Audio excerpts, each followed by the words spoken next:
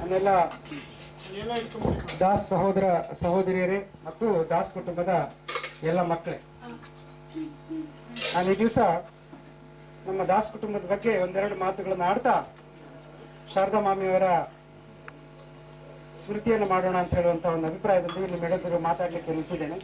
ದಯವಿಟ್ಟು 10 ನಿಮಿಷ ಶಾಂತ ರೀತಿಯಲ್ಲಿ ನಾನು ಮಾತುಗಳನ್ನು ಕೇಳಬೇಕು ಅಂತ ಹೇಳಿ ತಮ್ಮಲ್ಲಿ ನಾನು ವಿನಂತಿ ಮಾಡ್ಕೊಳ್ತೇನೆ. ಸಹೋದರ ಸಹೋದರಿ ಮತ್ತು ಮಕ್ಕಳೇ, ಮುಖ್ಯವಾಗಿ ನನ್ನ ಮಕ್ಕಳಿಗೆ ಹೇಳುವಂಥದ್ದು, ಈ ಮನೆ ಒಂದು ಕೂಡು ಕುಟುಂಬದ ಮನೆಯಾಗಿತ್ತು. ಸುಮಾರು ಒಂದು 40-50 ವರ್ಷಕ್ಕೆ ಹಿಂದೆ ಇಲ್ಲಿ ಬಹಳಷ್ಟು ಜನರು ಮಕ್ಕಳು ಆಟ ಆಡ್ತಾ ಇದ್ರು. ಇಲ್ಲಿ ನೀವು ಬಹುಶಃ ಈ ಗೋಡೆಗಳಿಗೆ ಕಿವಿ ಕೊಟ್ಟು ಕೇಳಿದ್ರೆ ಇಲ್ಲಿ ನಾಟಕಗಳು ಕೇಳಿಸುತ್ತೆ, ನಿಮಗೆ ಹಾಡು ಕೇಳಿಸುತ್ತೆ, ಸಂತೋಷ ಕೇಳುತ್ತೆ. ಇದೊಂದು ನಮಗಿವತ್ತು ಊಹೆ ಮಾಡ್ಕೊಳ್ಳೋಕೆ ಸಾಧ್ಯ ಇಲ್ಲ. ನಮ್ಮಲ್ಲಿ ಎಲ್ಲರ ಮನೆಯಲ್ಲಿ ಒಬ್ರು ಇಬ್ರು ಮಕ್ಕಳು, ಆ ಒಬ್ಬ ಮಗಳನ್ನು ನಾವು ಹಾಸ್ಟೆಲಿಗೆ ಸೇರಿಸ್ಬಿಡ್ತೀವಿ. ಮತ್ತು ಗಂಡ ಹೆಂಡತಿ ಮಾತ್ರ ಇರ್ತಾರೆ. ಮೂರನೇವ್ರು ಬಂದರೆ ಅದು ಎಕ್ಸ್ಟ್ರಾ ಆಗುತ್ತೆ. ಅಂಥದ್ರಲ್ಲಿ ಈ ಮನೆ ಒಳಗೆ ಒಂದು ಫುಲ್ ಕ್ರಿಕೆಟ್ ಟೀಮೇ ಇತ್ತು. 8 ಜನ ಮಕ್ಕಳು ಇದರೊಳಗೆ ಇದ್ದವರು. ಮೊದಲು ಆ ಮಕ್ಕಳ ತಂದೆ ಮೊದಲೇ ಬಹಳ ಬೇಗ ತೀರ್ಕೊಂಡ್ಬಿಟ್ರು. ಹಾಗಾಗಿ ಮಕ್ಕಳೇ ಇದ್ರು. ದೊಡ್ಡ ಮಗನಿಗೆ 13 ವರ್ಷ ಪ್ರಾಯ ಮಾತ್ರ, ಉಳಿದವ್ರಿಗೆ ಇನ್ನೂ ಸಣ್ಣ ಸಣ್ಣ ವಯಸ್ಸಿನವರು. ಅವ್ರು 8 ಜನ ಮಕ್ಕಳು ಮತ್ತು ತಾಯಿ ಜೊತೆ ಅವ್ರ ಅತ್ತೆ ಕೂಡ ಇದ್ರು. ಇಂಥ ಒಂದು ಕುಟುಂಬದಲ್ಲಿ ಮೊದಲಿಗೆ ಮದುವೆಯಾಗಿ ಬಂದವರು ಪದ್ಮಮಾಮಿ, ಆಮೇಲೆ ದೇವದಾಸ್ ಮಾಮಿ ಜೊತೆ ಸತ್ಯಮಾಮಿ ಬಂದರು. ಹೀಗೆ ಈ ಟೀಮ್ ಸ್ವಲ್ಪ ದೊಡ್ಡದಾಗ್ತಾ ಹೋಯ್ತು. ಒಂದು ಮೈನಸ್ ಆಯಿತು. ಶಾರದಾ ಮಾಮಿ ಮದುವೆಯಾಗಿ ಶಾರದಾ ದೊಡ್ಡಮ್ಮನ ಮದುವೆ ಆಗ್ಬಿಟ್ಟು ಅವರು ಬೇರೆ ಕಡೆ ಹೋದರು. ಸೊ 10 ಜನರದ್ದು ಇದಿತ್ತು ಟೀಮಿಗೆ. 8 ಜನರು ಪ್ಲಸ್ ಇಬ್ಬರು 10 ಜನ, ಮತ್ತೆ ಹಚ್ಚಿತ್ತು 11 ಜನರದ್ದು ಒಂದು ಕ್ರಿಕೆಟ್ ಟೀಮ್ ಇತ್ತು ಇಲ್ಲಿ. ಅವ್ರು ಬಹಳ ಸಂತೋಷವಾಗಿದ್ರು. ಈ ಕ್ರಿಕೆಟ್ ಟೀಮ್ಗೆ ನೀವು ಯಾಕೆ ಕ್ರಿಕೆಟ್ ಟೀಮ್ ಹೇಳ್ತಾ ಇದ್ದೀನಿ ಅಂತಂದ್ರೆ, ಕ್ರಿಕೆಟ್ ಟೀಮಲ್ಲಿ ಒಗ್ಗಟ್ಟಿರುತ್ತೆ. ಆ ಒಗ್ಗಟ್ಟಲ್ಲಿ ಅಂದ್ರೆ ನಾವು ಹೇಳ್ತೀವಲ್ಲ, ಆ ಒಗ್ಗಟ್ಟಿನಲ್ಲಿ ಹೊರಗಿನವ್ರು ಯಾರು ಬಂದ್ರೆ ಅವ್ರನ್ನ ಸೇರಿಸ್ಕೊಳಕ್ ನಾವು ಅಷ್ಟು ಇಷ್ಟಪಡೋದಿಲ್ಲ. ಈಗ ನಮ್ಮಲ್ಲೇ ದಾಸ್ಕೂಟ ನಡೆಸುವಾಗಲೇ ನಾವು ಸಣ್ಣ ಸಣ್ಣ ಗ್ರೂಪ್ ಮಾಡ್ಕೊಂಡಿರ್ತೀವಿ. ಹೊರಗಿನವ್ರು ಬಂದ್ರೆ ಅವ್ರ ಜೊತೆ ಮಾತಾಡೋಕ್ಕೆ ತಮಾಷೆ ಮಾಡೋಕ್ಕೆ ನಮಗೆ ಇಷ್ಟ ಆಗೋದಿಲ್ಲ. ಅಂಥದ್ರಲ್ಲಿ ಒಂದು ಫುಲ್ ಕ್ರಿಕೆಟ್ ಟೀಮ್ ಇತ್ತು. 11 ಜನ ಇದ್ರು. ಈ 11 ಜನರ ಮನೆಗೆ ಒಬ್ಳು ಹುಡುಗಿ, 12 ವರ್ಷದ ಹುಡುಗಿ ಮದುವೆ ಆಗಿ ಬಂದು, ಅವರೇ ಇವತ್ತು ನಾವು ಸ್ಮೃತಿಯಾಗಿ ಮಾಡ್ತಾ ಇರ್ತಕ್ಕಂಥ ಶಾರದಾ ಮಾಮಿ, ಶಾರದಾ ಚಿಕ್ಕಮ್ಮ, ಶಾರದಾ ದೊಡ್ಡಮ್ಮ, ಶಾರದಾ ಅಜ್ಜಿ, ಹೀಗೆ ಬೇರೆ ಬೇರೆ ಸಮಯದಲ್ಲಿ ಬೇರೆ ಬೇರೆ ಹೆಸರನ್ನ ಮಾಡ್ಕೊಂಡಂತ ಶಾರದೆ ಅನ್ನುವಂಥ ಒಬ್ಬಳು ಹುಡುಗಿ ಈ ಮನೆಗೆ ಕಾಲಿಟ್ಲು. ಅವಳಿಗೆ 12 ವರ್ಷ ಪ್ರಾಯ. ಅವಳನ್ನ ಹೇಗಪ್ಪ ಗುರುತಿಸ್ಬೇಕು ಅಂತಂದ್ರೆ, ಅವಳು ದೊಡ್ಡ ದೊಡ್ಡ ಕಣ್ಣುಗಳು, ಬಟ್ಟಲ್ ಕಣ್ಣುಗಳು ಅಂತ ಏನಾರು ಹೇಳದಿದ್ರೆ ಬಟ್ಟಲ್ ಕಣ್ಣುಗಳ ಶಾರದೆ. ಅವನೇಲ್ಲೂ ಇರಲಿಲ್ಲ, ಮುಖ ರೌಂಡ್ ಮುಖ, ಸಣ್ಣ ಶರೀರ, ದೊಡ್ಡ ಕಣ್ಣುಗಳು ಮತ್ತು ದೊಡ್ಡ ಕಂಠ ಇರ್ತಕ್ಕಂಥ ಒಂದು ಸ್ವಾಭಿಮಾನಿ ಹೊಸಳ್ಳಿ ಹುಡುಗಿ ಈ ಮನೆಗೆ ಬಂದು. ಅವ್ರು ಬಂದಿದ್ದು ಯಾರನ್ನ ಮದುವೆ ಹಾಕೊಂಡು ಅಂತಂದ್ರೆ, ಇಡೀ ಕುಟುಂಬದಲ್ಲಿ ಅತ್ಯಂತ ಎತ್ತರವಾದಂಥ ಒಬ್ಬ ಹುಡುಗನ ಮದುವೆ ಮಾಡ್ಕೊಂಡು ಅವ್ರು ಇಲ್ಲಿಗೆ ಬಂದರು. ಅವ್ರು ಅತ್ಯಂತ ಕುಳ್ಳಿಗಿದ್ರು. ನೀವು ಊಹೆ ಮಾಡ್ಕೊಳ್ಳಿ, ಅವರು ಪೇಟೆ ಕಡೆಯಿಂದ ಬಂದವರು ಈ ಹಳ್ಳಿಗೆ ಬಂದಿದ್ದಾರೆ. ಅವರಲ್ಲಿ ತುಂಬ ಕನಸುಗಳಿದ್ವು. ಏನೇನೋ ನಾನು ಹಾಗಿರ್ಬೇಕು ಹೀಗಿರ್ಬೇಕು ಅಂದ್ಕೊಂಡು ಇಲ್ಲಿ ಬಂದರು. ಈ ಮನೆಗೆ ಸೇರ್ಕೊಂಡು ಫಸ್ಟಿಗೆ ಅಡ್ಜಸ್ಟ್ ಆಗೋದೇ ಕಷ್ಟ. ಯಾಕಂದ್ರೆ ದೊಡ್ಡ ಒಂದು ಕ್ರಿಕೆಟ್ ಟೀಮೇ ಅವ್ರ ವಿರುದ್ಧ ಇದೆ. ಇವರು 12ನೇ ಪ್ಲೇಯರ್ ಆಗಿ ಬಂದಿದ್ದಾರೆ. ಅವರು ಆದರೂ ಅಡ್ಜಸ್ಟ್ ಆದರು, ಕನಸುಗಳನ್ನು ಇಟ್ಕೊಂಡು ಅಡ್ಜಸ್ಟ್ ಆದರು. ಆಮೇಲೆ ನಿಧಾನವಾಗಿ ನೋಡಿದ್ರು, ದೊಡ್ಡ ಭಾವನಿಗೆ ಕೆಲಸ ಇದೆ, ಆ ನಂತರದ ಭಾವ ದೊಡ್ಡ ಕೆಲಸದಲ್ಲಿದ್ದಾರೆ, ಅವರು ಬೇರೆ ಎಲ್ಲೋ ಕಡೆ ಕೆಲಸದಲ್ಲಿದ್ದಾರೆ. ಇವನು ತಾನು ಮದುವೆ ಆಗಿರ್ ಬಂದಿರ್ತಕ್ಕಂಥ ಗಂಡನಿಗೆ ಅಂತ ಸರಿಯಾದ ಕೆಲಸ ಇಲ್ಲ ಅನ್ನೋದು ಅವರಿಗೆ ಕ್ರಮೇಣ ಅವರಿಗೆ ಅರಿವಾಯಿತು. ಯೋಚನೆ ಮಾಡ್ಕೊಳ್ಳಿ, ಇಡೀ ಕುಟುಂಬದಲ್ಲಿ ದೊಡ್ಡವರು ದೊಡ್ಡಣ್ಣ, ಅವ್ರು ಸಣ್ಣವರೇ, ಅವ್ರು ದೊಡ್ಡಣ್ಣ ಅವ್ರು ಕೆಲಸದಲ್ಲಿದ್ದಾರೆ, ಅವ್ರು ಇಡೀ ಮನೆ ನೋಡ್ಕೊಳ್ತಾರೆ. ಇನ್ನು ನೆಕ್ಸ್ಟ್ ಇದ್ದವರು ಅವರು ಮಾಸ್ಟ್ರು, ದೊಡ್ಡ ಮಾಸ್ಟ್ರು, ಅವ್ರು ಬೇರೆ ಕಡೆ ಇದ್ದಾರೆ. ತಾನು ಮದುವೆಯಾಗಿ ಬಂದವರಿಗೆ ಕೆಲಸ ಇಲ್ಲ. ಈ ಒಂದು ಪರಿಸ್ಥಿತಿ ನೀವೆಲ್ಲರೂ ಆಲೋಚನೆ ಮಾಡಿಕೊಂಡ್ರೆ ಅವ್ರು ಎಷ್ಟು ತೊಳಲಾಟದಲ್ಲಿ ಈ ಮನೆಯಲ್ಲಿ ಅವ್ರು ಇರ್ಬೋದು ಅಂತಕ್ಕಂಥ ನಾವು ಅರ್ಥ ಮಾಡ್ಕೊಳ್ಬೋದು. ಅವರು ಬಹಳ ಸ್ವಾಭಿಮಾನಿಯಾಗಿದ್ರು, ಬಹಳ ಬಿಚ್ಚು ನುಡಿಯಲ್ಲಿ ಮಾತಾಡ್ತಾ ಇದ್ರು, ಯಾವುದನ್ನು ಸಂಕೋಚ ಮಾಡ್ಕೊಳ್ತಿರ್ಲಿಲ್ಲ. ಈ ಬಿಚ್ಚು ನುಡಿಯ ಮಾತುಗಳು, ಈ ಸ್ವಾಭಿಮಾನದ ಮಾತುಗಳು ಕೆಲವರಿಗೆ ಕನ್ಫ್ಯೂಸ್ ಆಗ್ತಿತ್ತು. ಬಹುಶಃ ನಮ್ಮನ್ನು ಆಡ್ಕೊಳ್ತಾರಾ, ನಮಗೆ ಬೈತಾ ಇದ್ದಾರಾ, ನಮಗೆ ಸಿಟ್ಟು ಮಾಡ್ಕೊಂಡಿದ್ದಾರಾ ಅನ್ನುವಂಥ ಒಂದು ಕನ್ಫ್ಯೂಷನ್ ಕೂಡ ಜನರಲ್ಲಿ ಆಗ್ತಾ ಇತ್ತು. ಆದ್ರೆ ಇವ್ರ ವ್ಯಕ್ತಿತ್ವವನ್ನು ಬದಲಾಯಿಸ್ಕೊಂಡಿಲ್ಲ. ಈ ಹುಡುಗಿ, ಈ ಸಣ್ಣ 4 ಅಡಿ ಎತ್ತರದ ಈ ಹುಡುಗಿ ಈ ಮನೆಗೆ ನಿಧಾನವಾಗಿ ಅಡ್ಜಸ್ಟ್ ಆದ್ಲು. ಮತ್ತೆ ತನ್ನ ಗಂಡನ ಜೊತೆ ಖುಷಿಯಿಂದ ಇರೋದಕ್ಕೆ ಟ್ರೈ ಮಾಡಿದ್ರು. ಅವ್ರಿಗೆ ತಕ್ಷಣ ಸ್ವಲ್ಪ ದಿವಸಕ್ಕೆ ಗೊತ್ತಾಯ್ತು, ಈ ಮನೆ ಕನಸುಗಳನ್ನ ಕಂಡ್ರೆ ನೆನಸು ಮಾಡ್ಕೊಳ್ಳೋದು ಕಷ್ಟ ಅನ್ನೋದು ಅವ್ರಿಗೆ ಗೊತ್ತಾಯ್ತು. ಯಾಕೆಂದ್ರೆ ಇಲ್ಲಿ ಎಷ್ಟೊಂದು ಸಮಸ್ಯೆಗಳಿವೆ, ಎಷ್ಟೊಂದು ವಿಚಾರಗಳಿವೆ. ಇಷ್ಟೆಲ್ಲದ್ರ ನಡುವೆ ನಂದು ಒಂದು ಕನಸು ಇಟ್ಕೊಂಡು ಅದನ್ನು ಬೆಳೆಸ್ಬೇಕಂದ್ರೆ ಕಷ್ಟ. ಅದರಿಂದ ವಾಸ್ತವವಾದಿ ಆಗೋದು ಬಹಳ ಒಳ್ಳೇದು ಅಂತೇಳಿ ಈ ಹುಡುಗಿ ಅಂದ್ಕೊಂಡು ಇವರು ವಾಸ್ತವವಾದಿ ಆದ್ರು. ಅಂದ್ರೆ ರಿಯಾಲಿಟಿ ಹೇಗಿದೆಯೋ ಅದನ್ನು ಫೇಸ್ ಮಾಡಬೇಕು, ಬದುಕು ಹೇಗೆ ಕೊಡುತ್ತೋ ಅದನ್ನು ಫೇಸ್ ಮಾಡಬೇಕು ಅಂತ. ಈ ಹುಡುಗಿ ಕೊಟ್ಟಿದ್ದ ಬದುಕು ಕಷ್ಟದ ಬದುಕುಗಳು. ಗಂಡನ ಮದುವೆಯಾಗಿ ಬರುವಾಗಲೇ 12 ವರ್ಷ ಇನ್ನೂ ದೊಡ್ಡವರಾಗಿರ್ಲಿಲ್ಲ. ಹಾಗೆ ಕೆಲವು ವರ್ಷ ಅವ್ರು ಬೇರೆ ಕಡೆ ಇದ್ದು ಮತ್ತೆ ಬಂದರು. ಬಂದಾಗ ಅವ್ರಿಗೆ ಗೊತ್ತಾಯ್ತು ಗಂಡನಿಗೆ ಹುಷಾರಿರೋದಿಲ್ಲ, ಹಾಗಾಗಿ ಅವ್ರ ಆರೋಗ್ಯ ಹಾಳಾಗ್ತಾ ಇರುತ್ತೆ ಅಂತ. ಏನಪ್ಪ ಹಾಳಾಗ್ತಾ ಇರ್ತದೆ, ಯಾವಾಗಲೂ ಕೆಮ್ಮು ಬರುತ್ತೆ, ಯಾವಾಗಲೂ ಅವರು ತುಂಬ ಎದೆ ನೋವು ಅಂತ ಹೇಳ್ತಾರೆ. ಇದೆಲ್ಲ ವಿಚಾರ ಅವರಿಗೆ ನಿಧಾನವಾಗಿ ಗೊತ್ತಾಯ್ತು. ಮೊದಲೇ ಅವ್ರು ಅನ್ಎಂಪ್ಲಾಯ್ಡ್ ಗಂಡ, ಅವ್ರಿಗೆ ಆರೋಗ್ಯ ಬೇರೆ ಸರಿ ಇಲ್ಲ, ಮನೆ ಏನು ದೊಡ್ಡ ಶ್ರೀಮಂತರ ಮನೆ ಅಲ್ಲ, ದೊಡ್ಡ ಮನೆ, ಹೆಂಗೆ ಬದುಕಬೇಕು ಅವ್ರು ಬದುಕಿ. ಆವಾಗಲೇ ಅವ್ರಿಗೊಂದು ಪುಟ್ಟ ಪಾಪು ಪ್ರವೇಶ ಆಯಿತು ಅವ್ರ ಹೊಟ್ಟೆ ಒಳಗೆ. ಅದು ಇಟ್ಕೊಂಡು ಬೆಳೆಯುವಾಗ ಇದ್ದಕ್ಕಿದ್ದಂಗೆ ಅವ್ರ ಗಂಡನಿಗೆ ಒಂದು ದಿವಸ ಇನ್ನೇನು ಉಸಿರೇ ನಿಂತು ಹೋಗುತ್ತೆ ಅನ್ನೋಂಥ ಪರಿಸ್ಥಿತಿ ಬಂತು. ತಕ್ಷಣ ಅವರನ್ನು ಡಾಕ್ಟರ್ ಹತ್ರ ಕರ್ಕೊಂಡು ಹೋದ್ರು, ಪರೀಕ್ಷೆ ಮಾಡಿಸಿದ್ರು. ಇಲ್ಲ, ಎದೆ ಒಳಗೆ ಒಂದು ಗೆಡ್ಡೆ ಇದೆ, ಈ ಗೆಡ್ಡೆನ ಆಪರೇಷನ್ ಮಾಡಿಸ್ಬೇಕು ಅಂತಂದ್ರು. ಸರಿ, ಅವರ ಭಾವ ಅವ್ರನ್ನ ಶಿವಮೊಗ್ಗ ಕರ್ಕೊಂಡು ಹೋದ್ರು. ಶಿವಮೊಗ್ಗದಲ್ಲಿ ಆಗಲ್ಲ ಅಂತು, ಬೆಂಗಳೂರಿಗೆ ಕರ್ಕೊಂಡು ಹೋದ್ರು. ಇನ್ನೇನು ಬೆಂಗಳೂರಿಗೆ ಹೋಗ್ತಾನೆ ಅವ್ರ ಯಜಮಾನರು ತೀರ್ಕೊಳ್ತಾರೆ ಅನ್ನೋಂಥ ಪರಿಸ್ಥಿತಿ ಇತ್ತು. ಇವರು ಹೋಗಕ್ಕಾಗ್ಲಿಲ್ಲ ಪಾಪ, ಯಾಕೆಂದ್ರೆ ಇವರು ಅವಾಗ ತಾಯಿ ಆಗ್ತಾ ಇದ್ರು. ಹಾಗಾಗಿ ಅವರ ಗಂಡ ಬೆಂಗಳೂರಿಗೆ ಹೋಗಿ ಆಪರೇಷನ್ ಮಾಡಿಸ್ಕೊಂಡ್ರು. ಆಪರೇಷನ್ ಮಾಡಿಸ್ಕೊಂಡಿದ್ದ ಗೆಡ್ಡೆ ಎಷ್ಟು ದೊಡ್ಡದಿತ್ತು, 5 kg ದೊಡ್ಡದಿತ್ತು. ಅವ್ರ ಎದೆ ಒಳಗೆ ಇದ್ದಂತ ಅಂದ್ರೆ ಹೃದಯದ ಪಕ್ಕ, ಶ್ವಾಸಕೋಶದ ಪಕ್ಕ 5 kg ಒಂದು ಗೆಡ್ಡೆ ಇತ್ತು. ಇದು ಇವತ್ತಲ್ಲ, 55 ವರ್ಷದ ಹಿಂದೆ ಮಾಡಿಸಿದ ಆಪರೇಷನ್. 1959-60ರಲ್ಲಿ ಆಪರೇಷನ್ ಅವರು ಮಾಡಿಸ್ಕೊಂಡಿದ್ದು. ಎಲ್ಲಿಂದ ಅಂದ್ರೆ ಈ ಹೊಟ್ಟೆಯಿಂದ ಈ ಬೆನ್ನು ತುದಿವರೆಗೆ ಕೊಯ್ಸ್ಕೊಂಡ್ಬಿಟ್ಟು 7 ಮೂಳೆ ಬೆನ್ನು ಇದ್ರದ್ದು ಮೂಳೆಗಳನ್ನು ತುಂಡು ಮಾಡಿ ಆ ಗೆಡ್ಡೆ ತೆಗೆದು ಅವ್ರನ್ನ ಬದುಕಿಸಿದ್ರು. ಸೊ ಈ ಸಾಧ್ವಿಯ ಪ್ರಥಮ ಯಶಸ್ಸು, ಈ ವಾಸ್ತವತಾವಾದಿಯ ಪ್ರಥಮ ಯಶಸ್ಸು ಯಾವುದು ಅಂತ ನೀವು ಕೇಳಿದ್ರೆ ತನ್ನ ಗಂಡನ ಉಳಿಸ್ಕೊಂಡಿದ್ದೇ ಪ್ರಥಮ ಯಶಸ್ಸು ಅಂತ ಹೇಳ್ಬೋದು. ಸೊ ಇವ್ರಿಗೆ ಉಳಿಸ್ಕೊಂಡ್ರು, ಗಂಡ ವಾಪಸ್ ಬಂದ್ರು, ಗಂಡಿನ ಜೊತೆ ಸಂಸಾರವನ್ನ ಈ ಕೂಡು ಕುಟುಂಬದಲ್ಲಿ ಬದುಕೋದನ್ನ ಅವ್ರು ಮುಂದುವರಿಸಿದ್ರು. ಅವರಿಗೂ ಕಾಣ್ತು ನಮ್ದೊಂದು ಸ್ವತಂತ್ರ ಇರಬೇಕು, ನಾವು ಸ್ವಲ್ಪ ದಿವಸ ಆದ್ರೂ ಸ್ವತಂತ್ರವಾಗಿರ್ಬೇಕು ಅಂತ ಹೇಳಿ ಆ ಗಂಡಂಗೆ ಹೇಳಿದ್, ನಾನು ನಿಮ್ಗೆ ಸಹಾಯ ಮಾಡ್ತೀನಿ, ನಾನು ಹೊಸಳ್ಳಿಲಿದ್ದಾಗ ಕಲ್ತಿದ್ದು ನನ್ನ ಹತ್ರ ಒಂದು ವಿದ್ಯೆ ಇದೆ, ಆ ವಿದ್ಯೆನ ಉಪಯೋಗಿಸ್ಕೊಳ್ಳೋಣ, ನಾವು ಸುಖವಾಗಿ ನಾವು ಒಂದು ಟ್ರೈ ಮಾಡೋಣ, ಒಂದು ಸ್ವಲ್ಪ ಇಂಡಿಪೆಂಡೆಂಟ್ ಬದುಕು ಅಂತ ಹೇಳಿ ಅವರಿಬ್ರು ಗಂಡ ಹೆಂಡತಿ ಮನಸ್ಸು ಮಾಡಿದ್ರು. ಗಂಡಿಗೆ ಏನು ವಿದ್ಯೆ ಇಲ್ಲ, ಅವ್ರು ಓದಿರೋದು ಬರೀ 7ನೇ ಕ್ಲಾಸ್ 9ನೇ ಕ್ಲಾಸ್ SLC ಫೇಲ್ ಆಗಿದ್ದಾರೆ ಅವರು. ಆದರೆ ಗಂಡ ಒಳ್ಳೆ ಕೃಷಿಕ, ಆದರೆ ಕೃಷಿ ಭೂಮಿ ಇರೋದು ದೊಡ್ಡಣ್ಣ ಹತ್ರ. ಇವರು ಏನಿದ್ರು ಕೆಲಸ ಮಾಡ್ಬೋದಷ್ಟೇ, ಅದರೊಳಗೆ ಲಾಭ ಏನು ತಗೊಳ್ತಾರೆ ಅಂದ್ರೆ ಅಣ್ಣನ ಕೇಳೇ ತಗೊಳ್ಬೇಕು ಅದನ್ನೆಲ್ಲ ಯೋಚನೆ ಮಾಡಿದ್ರು. ಹಾಗಾದ್ರೆ ನನ್ನ ಕೃಷಿ ಬುದ್ಧಿಯೊಳಗೆ ಏನಾದ್ರು ಮಾಡೋಕ್ಕೆ ಸಾಧ್ಯವೇ? ನಾವು ಯೋಚನೆ ಮಾಡ್ಬಿಟ್ಟು ಜೇನು ಸಾಕಣೆ ನೋಡಿ, ಕುರುಬರು ಮಾಡೋ ಅಂತ ಜೇನು ಕುರುಬರು ಅಂತ ಆ ಒಂದು ವಿದ್ಯೆ ಅವ್ರಿಗೆ ಹತ್ತಿತ್ತು. ನಾನು ಜೇನು ಸಾಕೋ ಕೆಲಸ ನನಗೆ ಬರುತ್ತೆ, ಹಾಗಾಗಿ ನಾನು ಜೇನಿನ ಕೆಲಸಕ್ಕೆ ಸೇರ್ಕೊತೀನಿ ಅಂತ ಬಿಟ್ಟು ಅವಾಗೊಂದು ಜೇನಿನ ಡಿಪಾರ್ಟ್ಮೆಂಟ್ ಇತ್ತು. ಜೇನು ಅಂದ್ರೆ ಜೇನನ್ನು ಕಾಡಿಂದ ಸಂಗ್ರಹಿಸಿ ಮನೆ ಒಳಗೆ ತಂದು, ಇಲ್ಲೆಲ್ಲೂ ಈಗ ಜೇನು ಕಾಡು ಮನೆ ಒಳಗೆ ತಂದು ಇಡುವಂಥ ಜೇನಿನ ಕೆಲಸಕ್ಕೆ ಅವ್ರ ಗಂಡ ಸೇರ್ಕೊಂಡು ಅವರು ಇಲ್ಲೆಲ್ಲ ಬೇರೆ ಬೇರೆ ಕಡೆ ಇಲ್ಲೇ ಕೊಪ್ಪ, ತೀರ್ಥಹಳ್ಳಿ ಆ ಕಡೆ ಈ ಕಡೆ ಸ್ವಲ್ಪ ಕೆಲಸ ಮಾಡಿದ್ರು. ದೊಡ್ಡ ದೊಡ್ಡ ಎಸ್ಟೇಟ್ಗಳಲ್ಲಿ ಜೇನುಗಳನ್ನು ಸಂಗ್ರಹಿಸುವಂಥ ಕೆಲಸವನ್ನ ಅವ್ರು ಮಾಡಿದ್ರು. ಕೆಲವಾರು ವರ್ಷ ಈ ಕೆಲಸವನ್ನು ಮಾಡಿ ಪುನಃ ಅವರು ವಾಪಸ್ ಬಂದರು.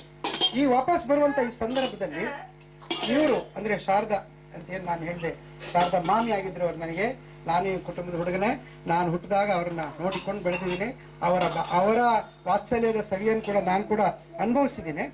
ಈ ಶಾರದಾ ಮಾಮಿ ವಾಪಸ್ ಈ ಮನೆಗೆ ವಾಪಸ್ ಬಂದರು. ಗಂಡ ಹೆಂಡತಿ ಮಕ್ಕಳ ಸಮೇತವಾಗಿ ವಾಪಸ್ ಬಂದರು ಮತ್ತು ಅವರ ವಿದ್ಯೆಯಿಂದ ತನ್ನ ಬದುಕನ್ನು ಕಟ್ಕೊಳ್ಳುವಂಥ ಒಂದು ಪ್ರಯತ್ನವನ್ನ ಅವ್ರು ಮಾಡಿದರು. ಇಷ್ಟೇ ನಾನು ಈ ಸಂದರ್ಭ ಹೇಳಕ್ ಬಯಸೋದು.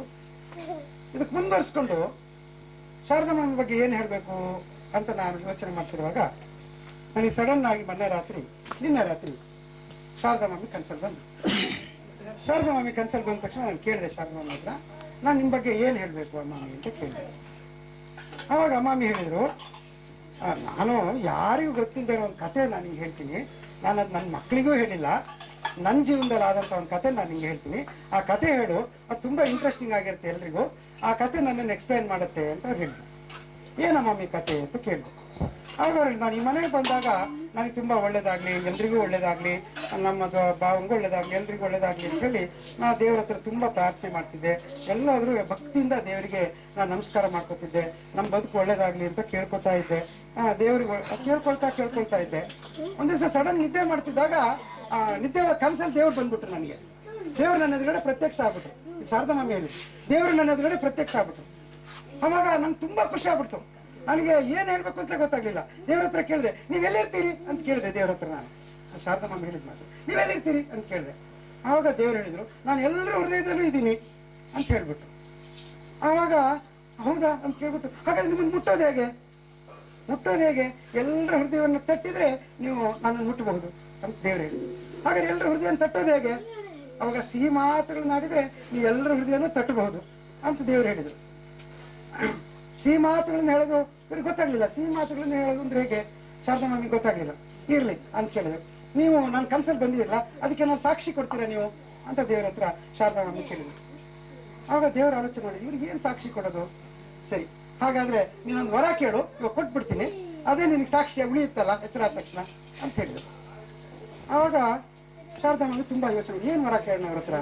ದೇವ್ರಿಗೆ ಯೋಚನೆ ಮಾಡ್ತೇವೆ, ಶಾರದಾ ಮಾಮಿಗೆ ಬಡತನ ಇದೆ, ಶಾರದಾ ಮಾಮಿ ಗಂಡಂಗೆ ಅಷ್ಟು ಆರೋಗ್ಯ ಸರಿ ಇಲ್ಲ, ಇವ್ರಿಗೆ ಆಸ್ತಿ ಕೇಳ್ಬೋದು, ಇವ್ರ ದುಡ್ಡು ಕೇಳ್ಬೋದು, ಇವ್ರ ಆಭರಣ ಕೇಳ್ಬೋದು, ಒಂದು ಹೊಸ ಮನೆನೇ ಕೇಳ್ಬೋದು, ನಾನು ಎಲ್ಲಿ ಕೊಡೋದು ಅಂತ ದೇವ್ರ ಆಲೋಚನೆ ಮಾಡ್ತಾ ಇದ್ರು. ಶಾರದಾ ಮಾಮಿನೂ ಆಲೋಚನೆ ಮಾಡಿದ್ರು. ಶಾರದಾ ಮಾಮಿ ಏನು ಆಲೋಚನೆ ಮಾಡಿದ್ರು ಅಂತ ತುಂಬ ಯೋಚನೆ ಮಾಡಿ, ದೇವ್ರ ಹತ್ರ ಏನು ಕೇಳೋಣ ನಾನು ಅಂತ ಯೋಚನೆ ಮಾಡಿ ಹೇಳಿದ್ರು. ಸ್ವಲ್ಪ ಹೊತ್ತು ಬಿಟ್ಬಿಟ್ಟು ದೇವ್ರ ಹತ್ರ ಕೇಳಿದ್ರು, ದೇವ್ರೆ ನನಗೆ ಎಲ್ಲರ ಹೃದಯ ಮುಟ್ಟುವಂತೆ ಆ ಸಿಹಿಯಾದ ಮಾತುಗಳೇ ನನ್ನ ಬಾಯಲ್ಲೇ ಬರೋ ಹಾಗೆ ನೀವು ಮಾಡಬೇಕು. ಯಾವತ್ತು ನನ್ನ ಬಾಯಲ್ಲಿ ಸಿಹಿ ಮಾತುಗಳು ನಿಂತು ಹೋಗುತ್ತೋ ಅವತ್ತೇ ನನ್ನ ನಾಲ್ಗೆ ಬಂದಾಗ್ಬಿಡ್ಬೇಕು. ಆ ರೀತಿ ನಮ್ಮನ್ನು ವರ ಕೊಡು. ದೇವರಿಗೆ ಆಶ್ಚರ್ಯ ಆಗುತ್ತೆ. ಎಲ್ಲ ಮನುಷ್ಯರು ಇಂಥದ್ದು ಕೇಳ್ತಾರೆ, ಇವ್ರು ಬಂದ್ಬಿಟ್ಟು ನಂಗೆ ಸಿಹಿಯಾದ ಮಾತಾಡ್ಕೊಡು ಅಂತ ಕೇಳ್ತಾರಲ್ಲ.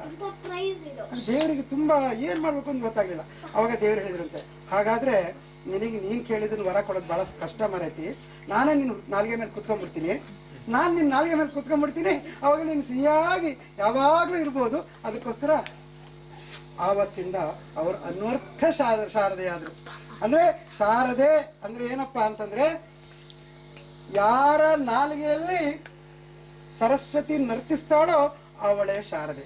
ಸರಸ್ವತಿ ಯಾರು ಅಂತಂದ್ರೆ ಶಬ್ದಗಳನ್ನ ಎಲ್ಲರ ಹೃದಯಕ್ಕೆ ಸಿಹಿಯಾಗಿ ಮುಟ್ಟಿಸುವವಳೇ ಸರಸ್ವತಿ. ಸೊ ಇವರು ಶಾರದೆಯಾಗಿ ಅವತ್ತು ಮಾರ್ಪಾಡ್ಕೊಂಡ್ರು, ಶಾರದಾ ಮಾಮಿ ಆದ್ರು. ಆಮೇಲೆ ಅವರು ಅದೇ ರೀತಿಯಲ್ಲಿ ಎಲ್ಲರ ಹೃದಯವನ್ನ ತನ್ನ ಸಂಗೀತದಿಂದ ಮುಟ್ತಾನೇ ಹೋದ್ರು. ಅವರ ಸಂಗೀತ ಎಷ್ಟು ಅಮೋಘವಾಗಿತ್ತು ಅಂತಂದ್ರೆ, ನಾನು ಯಾವಾಗ ಬಂದರೂ ಅವ್ರ ಹತ್ರ ಸಂಗೀತ ಹೇಳ್ರಿ ಅಂತ ಹೇಳಿ ನನಗೆ ಇವತ್ತು ಕೂಡ ಕಿವಿ ಒಂದ್ಸತಿ ಕಣ್ಣು ಮುಚ್ಕೊಂಡ್ರೆ ಅವರ ಧ್ವನಿ ಕಿವಿಗೆ ಅಪ್ಪಳಿಸುತ್ತೆ. ಅಷ್ಟು ಸುಂದರವಾದ ಸಂಗೀತ, ಬಹಳ ಕರ್ಣಾನಂದಕರ. ನಿಜವಾಗಿ ಅವರ ಧ್ವನಿ ಎಷ್ಟು ಚೆನ್ನಾಗಿತ್ತು ಅಂದ್ರೆ, ಮಹಿಳೆಯರ ಥರ ಒಂದು ಕೀರು ಧ್ವನಿ ಅಲ್ಲ, ಅಂದ್ರೆ ದಯವಿಟ್ಟು ಯಾರು ಬೇಜಾರು ಮಾಡ್ಕೊಳ್ಳಿ, ಸಣ್ಣ ಸಣ್ಣ ಸಪ್ಪರ ಧ್ವನಿ ಅಲ್ಲ. ಹಾಗಂತೇಳಿ ಗಂಡಸರ ಥರ ಬಹಳ ಗಡಸು ಧ್ವನಿ ಅಲ್ಲ. ಇವೆರಡರ ಸುಮಧುರ ಸಮ್ಮಿಶ್ರಣದ ಒಂದು ಸುಂದರವಾದ ಧ್ವನಿಯಾಗಿತ್ತು. ಈ ಧ್ವನಿಯಲ್ಲಿ ಅವರು ಯಾವ ರೀತಿಯಲ್ಲಿ ಆಲಾಪನೆಯನ್ನು ಯಾವ ಎತ್ತರಕ್ಕೆ ಬೇಕಾದ್ರೂ ತಗೊಂಡೋಗ್ಬೋದಿತ್ತು. ಎಷ್ಟು ಕೆಳಗೆ ತಂದರೂ ಕೂಡ ಆ ಧ್ವನಿಯಲ್ಲಿ, ಆ ಒಂದು ಸೌಂದರ್ಯದಲ್ಲಿ ಆ ಧ್ವನಿಯ ಏನು ಚ್ಯುತಿ ಬರ್ತಾ ಇರಲಿಲ್ಲ. ಹೆಂಗಸರು ಆಲಾಪನೆ ಮಾಡುವಾಗ ತುಂಬ ಮೇಲ್ ತಗೊಂಡೋಗಿ ಸ್ವಲ್ಪ ಒದ್ದಾಡ್ತಾರೆ, ಇವರೊಂಚೂರು ಒದ್ದಾಡ್ತಿರ್ಲಿಲ್ಲ. ಸ್ವರ ಪ್ರಸ್ತಾಪ ಮಾಡುವಾಗ, ಆಲಾಪನೆ ಮಾಡುವಾಗ, ಶಬ್ದಗಳನ್ನು ಬೆಸೆದು ಹೇಳುವಾಗ ಶಾರದೆಯ ಬಗ್ಗೆ ಇರಬಹುದು, ಗಣಪತಿಯ ಬಗ್ಗೆ ಇರಬಹುದು, ನಾರಾಯಣನ ಬಗ್ಗೆ ಇರಬಹುದು, ಯಾರ ಬಗ್ಗೆ ಹೇಳುವಾಗಲೂ ಕೂಡ ಅವರೇ ಬಂದು ಸಾಕ್ಷಾತ್ ಕೂತ್ಕೊಂಡು ಕೇಳ್ತಾ ಇದ್ದಾರೆ ಅನ್ನೋ ರೀತಿಯಲ್ಲಿ ಅದೇ ತನ್ಮಯತೆಯಿಂದ, ಬದ್ಧತೆಯಿಂದ, ಪ್ರೀತಿಯಿಂದ ಅವ್ರು ಹೇಳ್ತಾ ಇದ್ರು. ಬಹುಶಃ ಅವರ ಕನಸಿನಲ್ಲಿ ಬಂದ ಸರಸ್ವತಿ ಅವ್ರ ನಾಲ್ಗೆ ಮೇಲೆ ಕೂತಿದ್ರಿಂದ ಅವ್ರು ಯಾವಾಗ ಹಾಡು ಹೇಳಕ್ಕೆ ಶುರು ಮಾಡ್ತಿದ್ರು ಅವಾಗ ಯಾವ ದೇವ್ರನ್ನ ಹಾಡು ಹೇಳ್ತಿದ್ರು ಆ ದೇವ್ರಿಗೆ ಬಂದು ಎದುರುಗಡೆ ಕೂತ್ಕೊಂಡು ಬಿಡ್ತಿದ್ರು ಅಂತ ಕಾಣಿಸುತ್ತೆ. ಅದಕ್ಕಾಗಿ ಅವ್ರು ಯಾವಾಗಲೂ ಸುಂದರವಾದ ಹಾಡುಗಳನ್ನೇ ಅವರು ಹೇಳ್ತಾ ಇದ್ರು. ಎಲ್ಲರ ಹೃದಯವನ್ನು ಮುಟ್ಟಿದ್ರು. ಅವರು ಬರೇ ಅಂಡೆಕುಳಿ ದಾಸರ ಹೃದಯವನ್ನು ಮುಟ್ಟಲಿಲ್ಲ, ಬಸವಾಣಿಯವ್ರ ಹೃದಯ ಮುಟ್ಟಲಿಲ್ಲ, ತೀರ್ಥಹಳ್ಳಿಯವ್ರ ಹೃದಯ ಮುಟ್ಟಲಿಲ್ಲ, ಶಿವಮೊಗ್ಗದವ್ರ ಹೃದಯ ಮುಟ್ಟಲಿಲ್ಲ. ಇಡೀ ಕರ್ನಾಟಕ ರಾಜ್ಯದಲ್ಲಿ ಲಕ್ಷಾಂತರ ಮಂದಿಗಳ ಹೃದಯವನ್ನು ಅವ್ರು ಮುಟ್ಟಿದ್ರು. ಅವರು ಸಿಹಿಯಾದ ಮಾತುಗಳನ್ನು ಹೇಳಿದರು. ಯಾಕೆಂದ್ರೆ ನಾವು ಮಾತುಗಳನ್ನು ಹೇಳುವಾಗ ಸಿಹಿಯಲ್ಲಿ ಬಣ್ಣನೆ ಬರ್ತದೆ, ಅಂದ್ರೆ ಅದರೊಳಗೆ ಲೇಪನಗಳು ಬರ್ತವೆ. ನೀನು ಚೆನ್ನಾಗಿದ್ಯಾ, ನೀನು ಹಾಗಿದ್ಯಾ, ಹೀಗಿದ್ಯಾ ಅಂತಂದ್ರೆ ಅದರೊಳಗೆ ಒಂದು ಲೇಪನ ಇದೆ, ಕೃತ್ರಿಮತೆ ಇದೆ. ಆದ್ರೆ ನೀವು ಹಾಡು ಹೇಳಿದ್ರೆ ಅದರೊಳಗೆ ಕೃತ್ರಿಮತೆ ಬರೋಕ್ಕೆ ಸಾಧ್ಯನೇ ಇಲ್ಲ. ಅದು ನೈಜವಾಗಿರ್ತಕ್ಕಂಥದ್ದು. ಅದು ಅವರಲ್ಲಿ ಸಿದ್ಧಿಸ್ಬಿಡ್ತು. ಹಾಗಾಗಿ ಅವರು ಲಕ್ಷಾಂತರ ಜನರ ಹೃದಯವನ್ನ ಮುಟ್ಟಿದ್ರು. ಅವ್ರನ್ನೆಲ್ಲ ಸಂತೋಷ ಪಡಿಸಿದ್ರು, ಸಿಹಿ ಮಾಡ್ತಾ ಹೋದ್ರು. ದೇವರು ಅವರಿಗೆ ಅದನ್ನೇ ಇನ್ನಷ್ಟು ಅನುಗ್ರಹ. ಯಾಕೆಂದ್ರೆ ಅವ್ರು ಕೇಳ್ಕೊಂಡಿದ್ದೆ, ನನಗೆ ಇನ್ನೇನು ಬೇಡ, ನನಗೆ ಎಲ್ಲರನ್ನೂ ಹೃದಯ ಮುಟ್ಟಿಸೋರು ಹೇಳ್ಕೊಡಪ್ಪ ಅಂತೀರಿ. ಅದನ್ನೇ ಅವರು ಹೃದಯ ದೇವರು ಕೊಡ್ತಾ ಹೋದ್ರು. ಅವ್ರ ಮಕ್ಕಳು ಅವ್ರ ಪಾಡಿಗೆ ಅವ್ರು ಬೆಳೆದ್ರು, ಅವ್ರವ್ರ ಕೆಲಸಗಳನ್ನು ಮಾಡ್ಕೊಳ್ತಾ ಹೋದ್ರು. ಇವರು ಅದ್ರ ಬಗ್ಗೆ ಏನು ಚಿಂತೆ ಮಾಡಲಿಲ್ಲ. ಮಕ್ಕಳನ್ನ ಒಳ್ಳೆ ವಾಸ್ತವತಾವಾದಿಯಾಗಿ ಹೇಗೆ ಬೆಳೀತಾರೋ ಆ ರೀತಿ ಬೆಳೆಸ್ಕೊಂಡು ಹೋದ್ರು. ಇದನ್ನ ನೀವು ಕೇಳುವಾಗ ನಿಮಗೊಂದು ಆಲೋಚನೆ ಬರ್ಬೋದು, ಯಾಕೆ ಇವ್ರ ಧ್ವನಿ ನಿಂತೋಯ್ತಲ್ಲ, ಹಾಗಾದ್ರೆ ಇವರು ಯಾರಿಗಾರು ಕಹಿ ಮಾತಾಡಿದ್ರ ಅದರಿಂದ ಇವ್ರ ಧ್ವನಿ ನಿಂತೋಯ್ತಾ ಅಂತ ನಿಮ್ಗೆ ಅನ್ನಿಸ್ಬೋದು. ಅದು ಹಾಗಲ್ಲ. ಶಾರದಾ ಮಾಮಿ ನನಗೆ ಕನಸಲ್ಲಿ ಹೇಳಿದ್ರು, ಅದು ಹಾಗಲ್ಲ. ಅದೇನಾಯ್ತು ಅಂದ್ರೆ, ನಾನು ದೊಡ್ಡವನಾದ್ಮೇಲೆ 50 ವರ್ಷ ಆಯ್ತು, 55 ವರ್ಷ ಆಯ್ತು, ಆಮೇಲೆ 65 ಆಯ್ತು. 65 ಆಗುವಾಗ ನಮ್ಮ ಯಜಮಾನರು ತೀರ್ಕೊಂಡ್ರು, ಮಕ್ಕಳೆಲ್ಲ ದೊಡ್ಡವರಾಗ್ಬಿಟ್ಟಿದ್ದಾರೆ. ಆಮೇಲೆ ನಂಗೆ ಅನ್ಸಕ್ ಶುರು ಆಯ್ತು, ನಾನು ಯಾರ ಹೃದಯ ಸಿಹಿ ಮಾಡ್ಲಿ, ಇನ್ನು ಹೇಗೆ ಸಹಿ ಮಾಡೋದು, ಸಾಕು ನಾ ದೇವ್ರ ಹೃದಯ ಮಾತ್ರ ಸಿಹಿ ಮಾಡ್ತೀನಿ ಅಂತ ಹೇಳ್ಬಿಟ್ಟು ನಾನು ಹಾಡೋದನ್ನು ಕಡಿಮೆ ಮಾಡಿದೆ. ಆದ್ರೆ ನನ್ನ ಹೃದಯದಲ್ಲಿ, ನನ್ನ ನಾಲ್ಗೆಯಲ್ಲಿದ್ದಂಥ ಸಂಗೀತ ಸಿಹಿ ಎಂದೂ ಕಡಿಮೆ ಆಗಲಿಲ್ಲ. ಆದ್ರೆ ಕೊನೆಗೆ ಅದು ದೇವರಿಗೆ ಮಾತ್ರ ಸಮರ್ಪಣೆ ಆಗ್ತಾ ಇತ್ತು. ಹಾಗಾಗಿ ಅದು ಎಲ್ರಿಗೂ ಕೇಳ್ತಾ ಇರಲಿಲ್ಲ. ಆ ಧ್ವನಿ ನನ್ನೊಳಗೆ ಮಾತ್ರ ಇತ್ತು. ಆದ್ರಿಂದ ನೀವು ಯಾರೋದನ್ನು ಕಹಿ ಆಯ್ತು ಅಥವಾ ನನ್ನ ನಾಲ್ಗೆ ಕೆಟ್ಟೋಯ್ತು ಅಂತ ಯಾರು ತಿಳ್ಕೊಳ್ಬಾರ್ದು. ಆ ಧ್ವನಿ ದೇವರಿಗೆ ಮಾತ್ರ ಕೇಳುವ ಹಾಗೆ ನಾನು ಹೇಳ್ತಾನೆ ಇದ್ದೆ. ನನ್ನ ಅದೃಷ್ಟಕ್ಕೆ ಆ ದೇವರಿಗೆ ನಾನು ಮಾತ್ರ ಹೇಳ್ತಾ ಇದ್ರು ಕೂಡ ಬೇಜಾರು ಮಾಡ್ಕೊಳ್ದೆ ಅಂತ ಒಬ್ಳು ಸೊಸೆ, ಒಬ್ಬ ಮಗ ನನ್ನ ಜೊತೆನೇ ಇದ್ದ ಕೊನೆ ತನಕ. ನನ್ನ ಧ್ವನಿಗಳು ಅವ್ರಿಗೆ ಕೇಳ್ತಾ ಇತ್ತು. ಹಾಗಾಗಿ ನಾನು ಯಾವಾಗಲೂ ಅದನ್ನೇ ಹೇಳ್ತಾ ಇದ್ದೆ ಅಂತ ಶಾರದಾ ಹೇಳಿದ್ರು. ಹೀಗೆ ಒಂದು ಅನುಭೂತಿ ಅವರಲ್ಲಿ ಯಾವಾಗಲೂ ಬೆಸ್ಕೊಂಡಿರ್ತಾ ಇತ್ತು. ಅವ್ರು ಹೆಚ್ಚು ಯಾವುದೂ ಅಪೇಕ್ಷೆ ಪಡಲಿಲ್ಲ.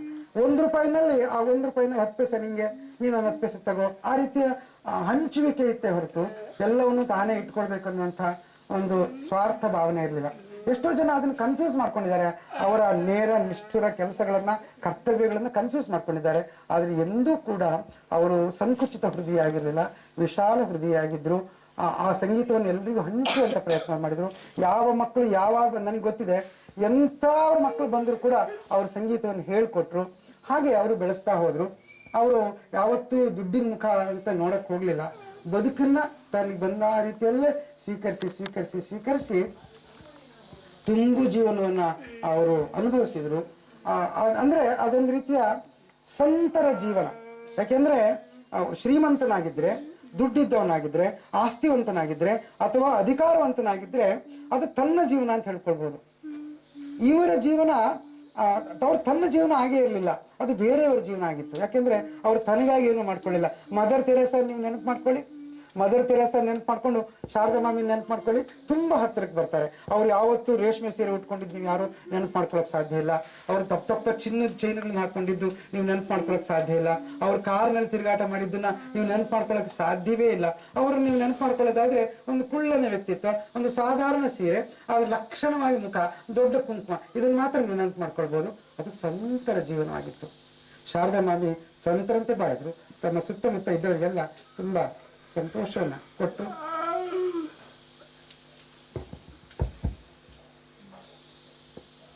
ಕೊನೆಯ ದಿನಗಳಲ್ಲಿ ಅವ್ರ ಮಕ್ಕಳು ಅವ್ರನ್ನ ತುಂಬಾ ಚೆನ್ನಾಗಿ ನೋಡ್ಕೊಂಡ್ರು. ಅವ್ರ ದೇವರ ಹತ್ರ ಮಾತಾಡ್ತಾ ಇರುವಾಗ ಅವ್ರಿಗೆ ಅದಕ್ಕೆ ಅವಕಾಶ ಮಾಡಿಕೊಟ್ರು. ಅದಕ್ಕೋಸ್ಕರ ನಾವು ರತ್ನಮದ್ನಿಗೆ, ಮೋಹನ್ಗೆ ಎಲ್ರಿಗೂ ಧನ್ಯವಾದವನ್ನು ಹೇಳೋಣ. ಇಂಥ ಸಂತರ ಜೊತೆಯಲ್ಲಿ ನಾವು ಬಾಳಿದ್ವಿ. ಈ ಸಂತರನ್ನ ಯಾವಾಗಲೂ ನೆನಪಲ್ಲಿ ಇಟ್ಕೊಳ್ಳೋಣ. ಇವರು ಉತ್ತಮವಾಗಿದ್ದ ಸಂತರಾಗಿದ್ರು ಅಂತ ಹೇಳ್ತಾ ಅವರ ಆತ್ಮಕ್ಕೆ ಶಾಂತಿಯನ್ನು ಕೋರಿ ನನ್ನ ಮಾತುಗಳನ್ನು ಮುಗಿಸ್ತೀನಿ.